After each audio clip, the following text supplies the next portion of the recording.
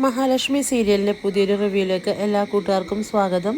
അങ്ങനെ കണ്ണനും മഹാലക്ഷ്മിയും ഹോസ്പിറ്റലിലേക്ക് പോകാൻ റെഡിയാവുന്നു. ആ സമയം കണ്ണൻ മഹാലക്ഷ്മിയോട് പറയുന്നുണ്ട്, ഞാനിപ്പോൾ വന്നാലും ICUവിൽ കയറി അയാളെ കാണാനൊന്നും പറ്റില്ല. പിന്നെ ഞാനെന്തിനാ വരുന്നത്? അല്ലെങ്കിൽ തന്നെ എൻ്റെ ഭാര്യയെ കെട്ടിടത്തിന് മുകളിൽ നിന്ന് വീഴ്ത്താനാണ് അയാൾ ശ്രമിച്ചത്. അങ്ങനെ ഒരാളെ നമ്മൾ കാണേണ്ട ആവശ്യമുണ്ടോ മഹി എന്ന് കണ്ണൻ ചോദിക്കുന്നു. അപ്പോൾ മഹി പറയുന്നുണ്ട്, ഉണ്ട്, കാണേണ്ട ആവശ്യം തന്നെയുണ്ട് കണ്ണേട്ടാ. ആരുടെയും വീഴ്ച ആസ്വദിക്കുന്ന കൂട്ടത്തിലല്ല നമ്മൾ. പക്ഷെ ഇവിടെ കാര്യങ്ങൾ അങ്ങനെയല്ല.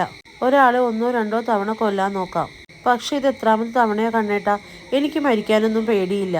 എൻ്റെ മരണത്തോടെ പിന്നീട് തെരഞ്ഞു പിടിച്ച് കൊല്ലാൻ ശ്രമിക്കുന്നത് കണ്ണേട്ടനെയാണ്. എന്തിനു വേണ്ടിയിട്ട് അവരിങ്ങനെയൊക്കെ ചെയ്യുന്നേ? കണ്ണൻ ചോദിക്കുന്നു, എന്തിനു വേണ്ടിയിട്ടാന്ന് തനിക്കറിയില്ലേ? എന്തായാലും എല്ലാത്തിനും ഒരു പരിധിയില്ലേ കണ്ണേട്ടാന്ന് മഹിയും പറയുന്നു. ഇന്നും ഇന്നലെയും തുടങ്ങിയതല്ല ഈ ഏർപ്പാട്. അന്നത്തെ ആ ലോറി ആക്സിഡന്റ് ഉണ്ടല്ലോ, കണ്ണേട്ടനും അച്ഛനും കൂടെ ബൈക്കിൽ പോയപ്പോൾ ലോറി പാഞ്ഞു കയറിയ ആ സംഭവം, അന്ന് തൊട്ട് തുടങ്ങിയതാണ് ഈ കൊലവിളി എന്ന് പറയുമ്പോൾ കണ്ണൻ ചോദിക്കുന്നുണ്ട്, ആ ലോറി പാഞ്ഞു കയറിയതും ഇതും തമ്മിൽ എന്താ ബന്ധമെന്ന് ചോദിക്കുന്നുണ്ട് മഹിയോട്. അത് പിന്നെ എല്ലാം കൂടെ കൂട്ടി വായിക്കുമ്പോൾ എനിക്ക് അങ്ങനെ സംശയം തോന്നി കണ്ണേട്ട എന്ന് പറയുന്നു. പിന്നീട് ദുർഗ കരുണയ്ക്ക് ജ്യൂസെല്ലാമായിട്ട് വരുന്നുണ്ട്. എന്നിട്ട് പറയുന്നുണ്ട്, ഇതിനിടയിൽ മോളുടെ ശരീരം നോക്കാതിരിക്കണ്ട കേട്ടോ. ഇനി മോൾക്ക് അവളുടെ മുന്നിൽ ജയിക്കാൻ മോൾക്ക് ജനിക്കാൻ പോകുന്ന കുഞ്ഞു മാത്രമേ ഉള്ളൂ. മോള് നല്ല ആരോഗ്യമുള്ളൊരു കുഞ്ഞിന് ജന്മം നൽകണം.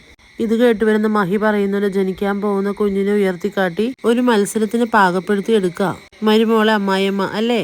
ഇത് കേൾക്കുന്ന കരുണ പറയുന്നത്, ഞങ്ങൾ എന്ത് ചെയ്താലും നിനക്ക് എന്താ എന്ന് പറഞ്ഞ് മഹിയുടെ നേർക്ക് വരുന്നുണ്ട്. അപ്പോൾ ദുർഗ പറയുന്നുണ്ട്, ഈ കുഞ്ഞ് അലസി പോവാനായിട്ട് ഇപ്പൊ തന്നെ ഇവള് വഴിപാടും പ്രാർത്ഥനയൊക്കെ നടത്തുന്നുണ്ടാവും എന്നെല്ലാം പറയുന്നു. ആ സമയം കണ്ണൻ അവിടേക്ക് വരുന്നുണ്ട്. എന്നിട്ട് പറയുന്നു, എല്ലാവരും ഇങ്ങനെ സംസാരിച്ചിരുന്നാൽ മതിയോ? ആങ്ങളെ കാണാൻ പോകുന്നില്ലേ എന്നെല്ലാം ചോദിക്കുന്നു. അപ്പോൾ കരുണ കണ്ണനോട് വന്ന് പറയുന്നുണ്ട്, അതെ, അമ്മയുടെ ആങ്ങളെ മാത്രമല്ല നിങ്ങളുടെ സ്വന്തം അമ്മാവൻ കൂടിയാണെന്ന് പറയുന്നു. എന്റെ സ്വന്തം അമ്മാവനാണെന്ന് പറയാനൊന്നും പറ്റില്ല, പക്ഷെ ഞാൻ അങ്ങനെ തന്നെയാണ് കരുതിയിരുന്നത്.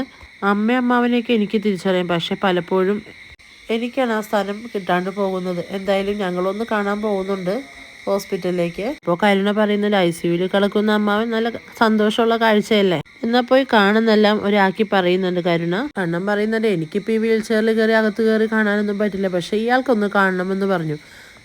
അപ്പോൾ മഹാലക്ഷ്മി പറയുന്നുണ്ട്, അതെ, ഞാൻ മരിച്ചിട്ടില്ല എന്ന് അമ്മാവനൊന്ന് അറിയിക്കണ്ടേ? പിന്നെ ICUവിന് മുന്നിലും കുറെ അവതാരങ്ങൾ ഉണ്ടാവുമല്ലോ, അവര് ഞങ്ങളൊന്ന് കാണട്ടെ എന്നും പറഞ്ഞ് കണ്ണനും മഹാലക്ഷ്മി അവിടെ നിന്ന് പോകുന്നു. അങ്ങനെ ഹോസ്പിറ്റലിൽ എത്തുന്ന മഹാലക്ഷ്മിയെയും കണ്ണനെയും കണ്ട് പ്രതാപനും അതുപോലെ മേഘനാഥനും സീമന്തിനിയും സ്വാതിയും എല്ലാം കലിയടങ്ങാതെ അങ്ങനെ നിൽക്കുകയാണ്.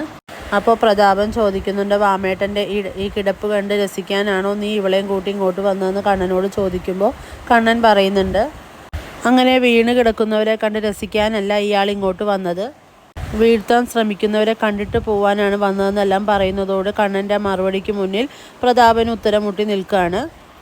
പിന്നീട് മഹാലക്ഷ്മിയോട് കണ്ണൻ പറയുന്നു, താൻ പോയി ICU പോയി അമ്മാവനെ കണ്ടിട്ട് വരാൻ പറയുന്നു.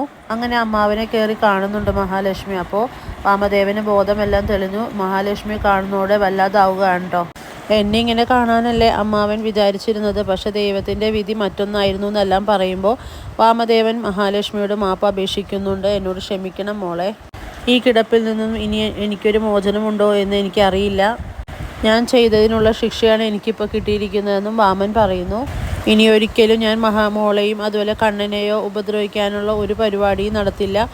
ഞാനതിനെല്ലാത്തിനും നിങ്ങളോട് മാപ്പ് ചോദിക്കുന്നു എന്നെല്ലാം പറയുമ്പോൾ മഹാലക്ഷ്മി പറയുന്നുണ്ട്, അങ്ങനെ അമ്മാവൻ്റെ മനസ്സ് മാറിയിട്ടുണ്ടെങ്കിൽ അമ്മാവൻ ഇനി ഗുണം തന്നെ ചെയ്യുള്ളൂ എന്നും പറയുന്നു. പിന്നെ ICUവിൽ നിന്നിറങ്ങുന്ന മഹാലക്ഷ്മിയുടെ പ്രതാപൻ പറയുന്നുണ്ട്, എൻ്റെ കരുണമോളുടെ കണ്ണീര് വീഴ്ത്തിക്കൊണ്ട് കമലേശ്വരം വീട്ടിൽ മഹാറാണിയായിട്ട് നിന്നെ വാഴാൻ ഞാൻ അനുവദിക്കില്ല എന്നെല്ലാം പ്രതാപൻ പറയുമ്പോൾ മഹി പറയുന്നുണ്ട്, എനിക്ക് അങ്ങനെ ഒരു ചിന്തയുമില്ല, എനിക്ക് സ്വത്തിനോടും പണത്തിനോടൊന്നും ഒരു ആർത്തിയുമില്ല. പിന്നെ ഇതാതെ ഇപ്പോൾ കിടപ്പിലായ അമ്മാവനാണെങ്കിൽ എല്ലാ തെറ്റും ഏറ്റുപറഞ്ഞ് എന്നോട് മാപ്പ് അപേക്ഷിച്ചിരിക്കുന്നു എന്നെല്ലാം പ്രതാപനോടായിട്ട് മഹാലക്ഷ്മി പറയുന്നുണ്ട്. മഹാലക്ഷ്മി പ്രതാപനെയും വെല്ലുവിളിക്കുന്നുണ്ട്, എൻ്റെ കണ്ണേട്ടൻ്റെ അച്ഛനെ കൊന്നത് നിങ്ങളാണെന്നതിൽ ഒരു സംശയമില്ല എന്ന് പറയുന്നതോടെ ഞെട്ടി നിൽക്കുകയാണ് പ്രതാപൻ. അങ്ങനെ ഇനി വരാനിരിക്കുന്ന എപ്പിസോഡ് വളരെ ത്രില്ലിംഗ് ആയ എപ്പിസോഡാണ്, കാത്തിരുന്ന് കാണാം. വീഡിയോസ് എല്ലാം ഇഷ്ടമാവുകയാണെങ്കിൽ ലൈക്ക് ചെയ്യുക, സബ്സ്ക്രൈബ് ചെയ്യുക.